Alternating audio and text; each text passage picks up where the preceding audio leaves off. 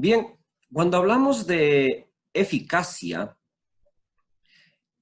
por definición nos referimos al grado de beneficio, un grado, una magnitud de beneficio, o sea, algo que es favorable para la persona, el grado de beneficio que se alcanza con una intervención terapéutica, en este caso, el uso de medicamentos, en las condiciones ideales de uso. Esta es una palabra clave, condiciones ideales de uso.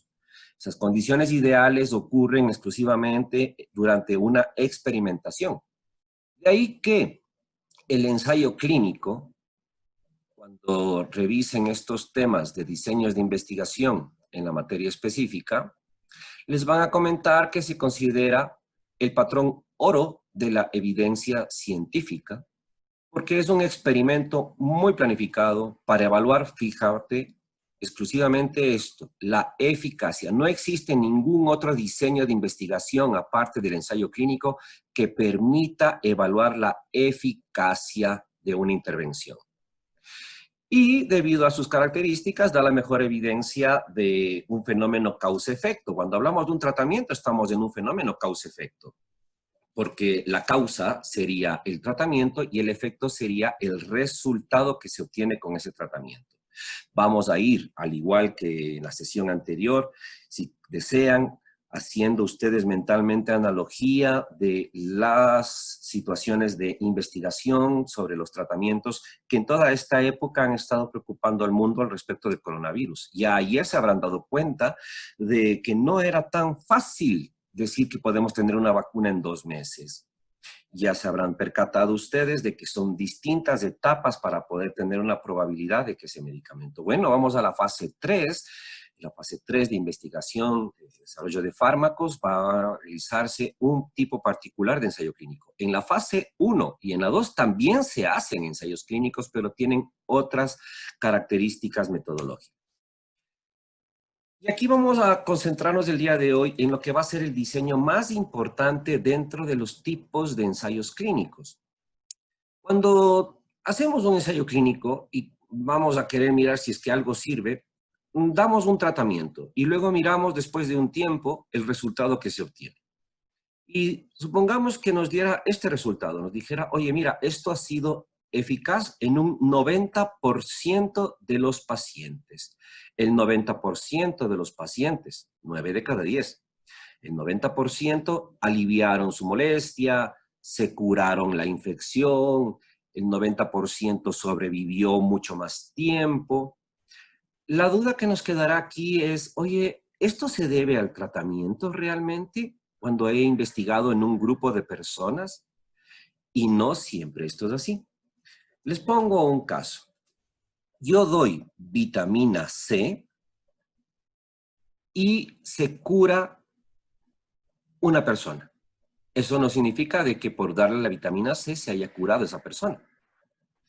Si le doy vitamina C a 1000 personas y las 1000 se curan, ¿será que se curaron por la vitamina C? No, hay más explicaciones, porque sabemos que de entrada un resfriado común es un proceso autolimitado. Esto significa que cuando se hacen investigaciones con solamente un grupo de sujetos, es difícil saber si es que esto ocurrió a causa del medicamento que diste o por otras condiciones. Esas otras condiciones son 4 fenómenos. Uno que es el efecto Hawthorne, que depende netamente de una respuesta debido a que el sujeto, el paciente, sabe que está siendo evaluado. Un efecto placebo, que depende del hecho de que el paciente sabe que toma algo y considera que eso que toma podría serle beneficioso. Un fenómeno llamado regresión a la media, que indica que los sujetos que están en un momento al inicio del estudio en un valor extremo, por ejemplo, más grave, después de forma natural están menos graves. Y la evolución natural, una evolución natural de la enfermedad en la cual muchos de los procesos por sí solos se pueden resolver simple y espontáneamente. Por lo tanto, para poder tener una mejor certeza de esto, suele ser necesario controlar estos efectos. Para controlar estos efectos se necesita no solamente un grupo de estudio, sino un grupo de control, un grupo de comparación. Y entonces, si los dos grupos reciben el tratamiento, pero también son evaluados exactamente de la misma forma, la evolución natural de la enfermedad debería ocurrir en los dos. La regresión a la media también, así como el efecto placebo por tomar un tratamiento y el efecto Hawthorne. De ahí que solamente con un grupo control se puede determinar que la diferencia desde esta eficacia de este ejemplo del 90% con la de acá, que podría ser un 80%, que esta diferencia solamente se puede explicar por el tipo de tratamiento distinto que tomó cada grupo. Esta es la importancia de un grupo de control en un ensayo clínico. Y esta metodología, aunque cuando uno revisa los libros de historia de la investigación, se mencionan experimentos y ensayos clínicos incluso muy antiguos, pero en farmacología lo consideramos el punto de la era moderna de la investigación con ensayo clínico recién en los años 50 del siglo pasado. ¿Por qué? Porque en 1948 se publicó, con la metodología que les estaba comentando, el primer ensayo clínico correctamente realizado y que fue conducido por este señor, que es Sir Arthur Bradford Hill, que como miembro del Consejo de Investigación británico desarrolló, planificó, decidió cómo tenían que ser correctamente elaborado y conducido un ensayo clínico para investigar la eficacia de la streptomicina en la tuberculosis pulmonar. Aunque existen distintos tipos de ensayo clínico, el más importante es el que se forma de las siguientes características. Aquel que es de fase 3, investigación, que tiene como finalidad explicar si un tratamiento es mejor que otro, demostrar que un tratamiento es mejor que otro, utiliza un grupo control, tiene una asignación aleatoria a los tratamientos, se evalúa de manera ciega. Ni el paciente sabe qué toma, ni el médico sabe qué es lo que está asignando. Esto está controlado por otros investigadores. Y la medicación está enmascarada. Se parece exactamente un tratamiento al otro tratamiento respecto a sus características organolépticas. Eso es el empaque, el color, el sabor, todo eso. Ese diseño, que es el que nos interesa, porque insisto, ustedes en otra asignatura luego aprenderán más sobre este tema, pero el que nos interesa para ustedes en farmacología es la comprensión de este diseño del ensayo clínico controlado, porque tiene dos grupos, controlado, de grupos paralelos, porque al mismo tiempo avanza el uno en el tiempo y el otro también, perdón la redundancia. Con asignación al azar son enviados los pacientes a un grupo y a otro, que están bien definidos respecto a qué van a recibir cada uno. Y evaluado de manera ciega. Este ensayo clínico implica que a partir de una población fuente que tendría la enfermedad que nos interesa tratar, se aplican criterios muy estrictos de selección. Entre estos criterios se encuentran primero el hecho de que efectivamente el paciente tenga la enfermedad. Significan una serie de elementos para tener en cuenta la certeza diagnóstica. Hay que tener una certeza diagnóstica. Después, a estas personas que podrían ser útiles, se les pregunta si voluntariamente desean participar en un experimento, no solamente con el posible beneficio que tengan, sino también con los riesgos, porque cualquier medicamento puede provocar efectos indeseados. Aquí ya hay personas que prefieren no participar. También se hacen otras pruebas adicionales y se determina, por ejemplo, que si están embarazadas, mejor no participen. Si tiene una falla hepática y eso puede poner en riesgo, mejor no participe. Hay una selección, en otras palabras, muy, muy exhaustiva, hasta que finalmente queda un grupo muy depurado, muy depurado. Ya de aquí vamos a ir pensando.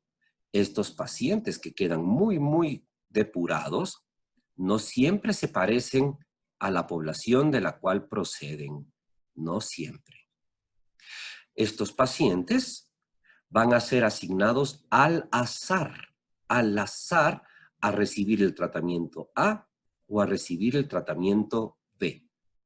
Los dos grupos tienen que ser evaluados clínicamente con regularidad y exactamente igual, sin hacer diferencias. Por eso lo del doble ciego. El paciente no sabe qué toma y aquí ya los médicos que evalúan no saben tampoco qué toman los pacientes.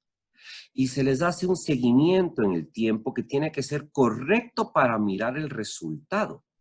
No tendría sentido dar un tratamiento, por ejemplo, para disminuir el riesgo cardiovascular y hacer un seguimiento exclusivamente de 2 semanas, porque en 2 semanas no habría posibilidad siquiera de que ocurran eventos cardiovasculares. Tendrían que ser seguimientos largos, de 1 año o más. No es lo mismo a mirar, en cambio, si deseo saber si el medicamento disminuye el dolor postquirúrgico, porque entonces no necesito 1 año. Basta que al paciente lo siga después de que salió de la operación hasta unas 48, 72 horas después de la operación. Pero entonces el seguimiento tiene que ser exacto para cada una de las cosas que se investigan. Durante esta etapa hay pacientes que sufren efectos indeseados o que no cumplen los tratamientos y por lo tanto son retirados del estudio. Finalmente, los grupos que terminaron van a ser comparados entre ellos para saber qué medicamento fue mejor.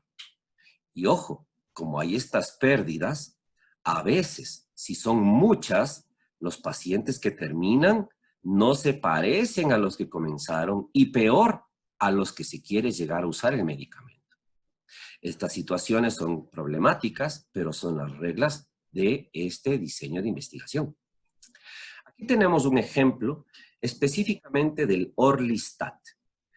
Se considera a 1.187 personas que podrían ser las que participen en el ensayo clínico. Durante 1 mes reciben solamente placebo todos y una dieta hipocalórica. Esto era necesario para saber si se iban a acostumbrar a estar tomando una pastilla y para poder determinar si se podían acostumbrar a una dieta. Ya aquí casi 300 personas abandonan el estudio. De los que quedan, que son 892, y verán, los que quedan ya no son iguales a estos, porque estos son 892 que deciden que sí pueden estar tomando todo el tiempo una pastilla y haciendo una dieta. Estos 892 son asignados al azar a tomar placebo o a tomar Orlistat 120 miligramos, son seguidos durante 1 año y durante este periodo, en el grupo de placebo incluso, el que no toma el principio activo, sino solamente la pastilla simuladora, prácticamente 86 se retiran y 9 por eventos adversos. En el grupo de Orlistat se retiran 210, 61 por eventos adversos. Aquí esta cantidad de pacientes desbalanceada no le paren bola en este momento, debido a que este ensayo clínico tenía una segunda fase donde este grupo iba a ser dividido posteriormente en 3 subgrupos. Por eso el desbalance. De lo contrario, el número tenía que ser similar. Finalmente terminan el año los pacientes en los cuales se comparó. Sí, en este ensayo clínico se llegó a mirar que Orlistat más la dieta era mejor que solamente la dieta, porque ellos tienen una dieta y un placebo. Pero estos pacientes, ¿quiénes son realmente los que se pueden beneficiar? Se van a beneficiar aquellos que aceptan tomar durante 1 año una pastilla, aceptan hacer durante 1 año dieta y que han sobrevivido a eventos adversos. Estas condiciones, claro, nos permiten decir un medicamento es más eficaz que otro, en este caso un placebo, pero también se hacen ensayos clínicos de un fármaco contra otro fármaco. Aquí podríamos haber tenido Orlistat contra sibutramina, que es otro fármaco para bajar el peso. Pero hay que tener en cuenta esto. Las condiciones fueron ideales, muy estrictas, y eso va a marcar una diferencia con el día a día. En un ensayo clínico, los pilares metodológicos tienen que ver con lo que estoy mencionando ahorita. Las características de la gente que se investiga, la forma en la cual se los selecciona y se excluye para proteger grupos de riesgos, la cantidad de pacientes que se investigan. Porque si haces un ensayo clínico con un bajo número de pacientes, las distribuciones de frecuencias se sobremontan y aunque existan diferencias entre un tratamiento y el otro, estadísticamente puede ser difícil detectarlas.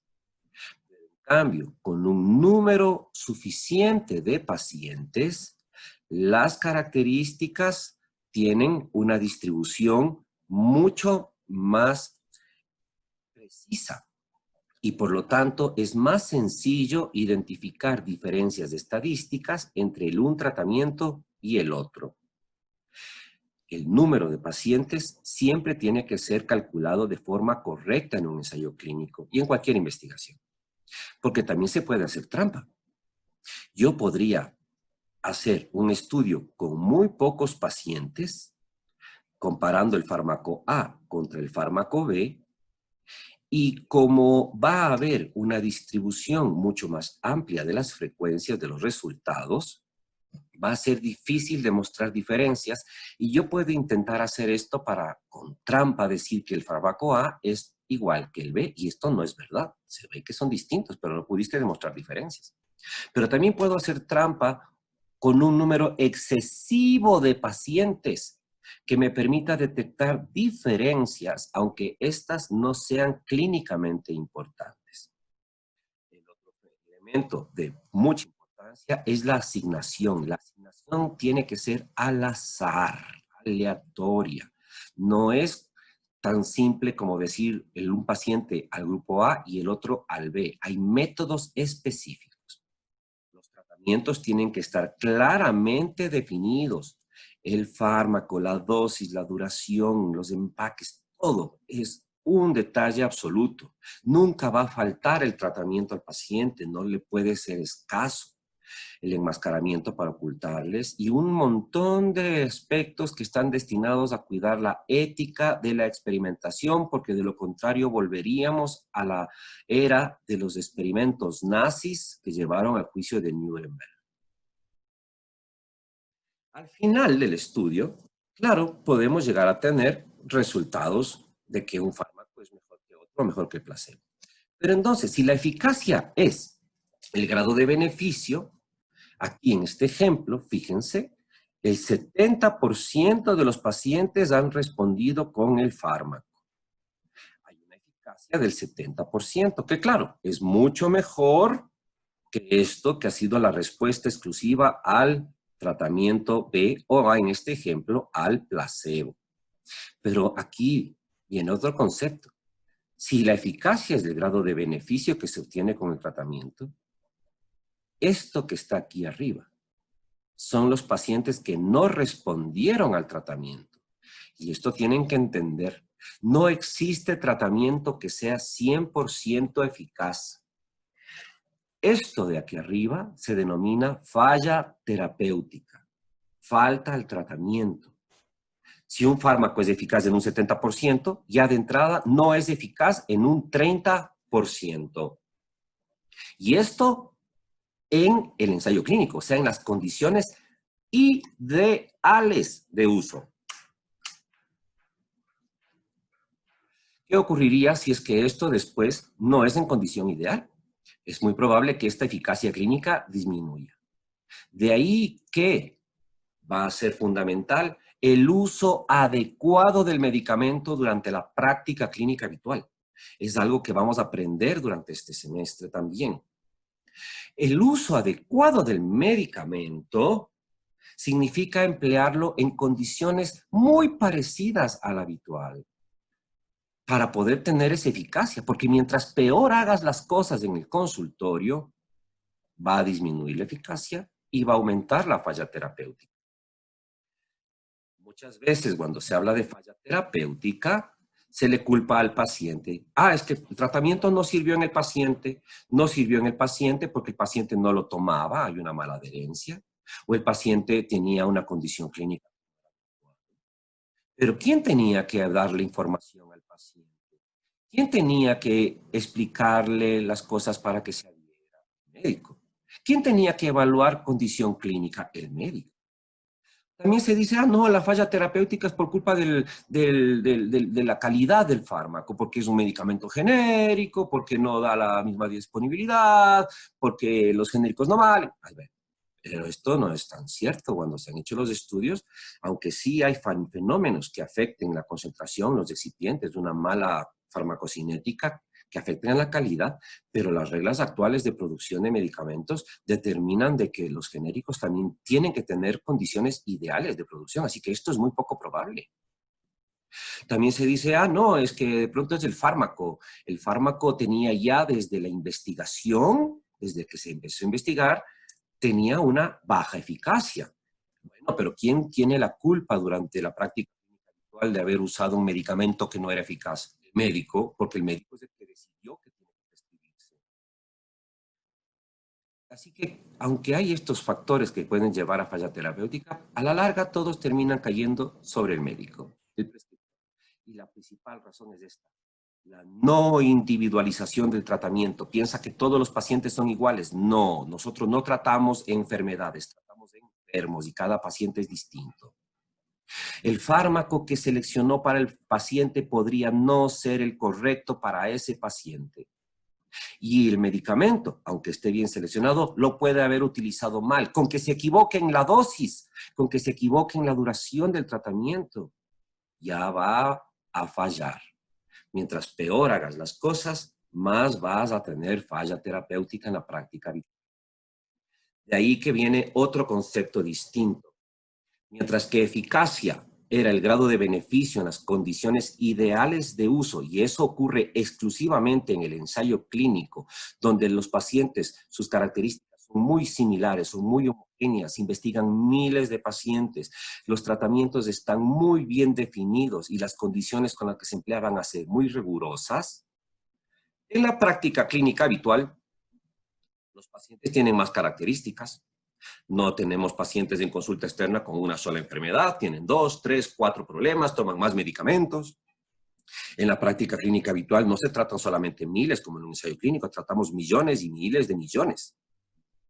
Los tratamientos a veces no son completamente definidos. A veces el paciente toma, a veces no lo toma, a veces la vecina le recomienda que se tome otra pastilla y se mezclan las dos. Pasan muchísimas cosas. Las condiciones de uso, por lo tanto, se vuelven variables. De ahí que ocurre este otro concepto, el de efectividad. La efectividad se refiere al grado de beneficio, también un grado de beneficio, con el uso de una intervención, en este caso, un medicamento, en las condiciones habituales. Para que esto no ocurra, para que la efectividad no sea muy diferente de la eficacia, el único que puede aquí influir es el médico. Eso significa individualizando al tratamiento, haciéndolo siempre en sus pacientes, en cada uno que mira, siendo muy cuidadoso al momento de seleccionar el medicamento, de elegir la dosis, al informarle al paciente por qué debe tomarlo, cómo debe tomarlo, qué ocurre si no lo toma, qué tiene que hacer si es que alguna molestia aparece. Mientras mejor hagas las cosas de una práctica clínica habitual, tu efectividad va a ser más parecida a la eficacia con la cual se tiene conocimiento por el ensayo clínico. Por lo tanto, mientras más adecuado sea tu práctica de manejo de medicamentos, vas a tener menos falla terapéutica. Mientras peor hagas las cosas, mandas el mismo tratamiento al paciente simplemente porque viste que así lo decía tu profesor. Coges y no piensas en las características que tiene el paciente, si es que le conviene o no le conviene, si es que va a tener una modificación farmacocinética o no. No comienzas a estar atento a las diferencias que pueden existir entre los individuos. No explicas el tratamiento, no lo seleccionas bien, o sea, haces todo mal. Vas a tener más falla terapéutica y por lo tanto tu efectividad va a estar muy lejos de la eficacia. Por último, un concepto que es solamente complementario es el de eficiencia, que usaremos aquí en farmacología, que es una relación entre cuánto cuesta el medicamento y el beneficio. Esto no me voy a demorar. En definitiva, nos interesan los medicamentos que resulten tener un menor costo y un mejor resultado en salud. Mientras más baratos sean y mejor resultado nos den, ese es el tratamiento adecuado. Ese es el que necesitamos, porque no nos convienen medicamentos que cuesten poco, pero que no sirvan. Mucho peor sería medicamentos que sean caros y que encima no sirvan. Esta es la ideal, que sean baratos y buenos. Y claro, en algunas situaciones podríamos tener que no existan medicamentos de estas características, pero que sí sean más caros y aunque den resultado bueno. Sin embargo, la gran mayoría de medicamentos que tenemos y que podemos utilizar ya han vencido patente. Ya han vencido la patente y tenemos opciones más económicas de los mismos y ofrecen un buen resultado. Esas son nuestras opciones. Nuestros medicamentos, los que tenemos que utilizar en la práctica clínica, tienen que ser eficaces, tienen que ser seguros, o sea, los que produzcan la menor cantidad de efectos indeseados, y tienen que ser los que obtengan menor costo. Eficacia, seguridad y costo de los tratamientos van a ser 3 criterios para comenzar a seleccionar los fármacos con los que trataremos a los pacientes. No es cuestión simplemente de estar enviando tratamientos modernos y nuevos. Ayer veíamos que únicamente los más nuevos, lo que sí sabemos que son, es más caros.